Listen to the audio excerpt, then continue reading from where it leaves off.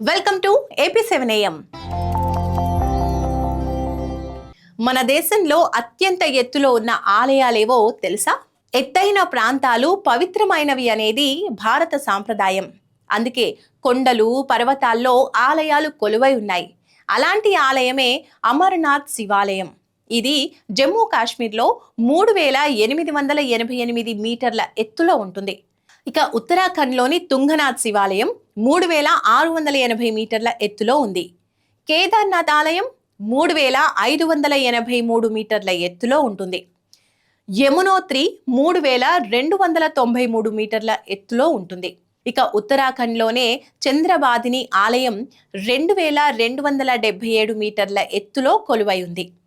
హిమాచల్ ప్రదేశ్లోని హిడింబా ఆలయం 1996 మీటర్ల ఎత్తులో ఉంటుంది. జమ్మూ కాశ్మీర్లోని వైష్ణవీదేవి ఆలయం 1545 మీటర్ల పైనే ఉంటుంది.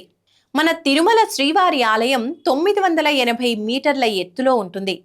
శ్రీశైలం మల్లికార్జునుడి ఆలయం 435 మీటర్ల ఎత్తులో ఉంటుంది.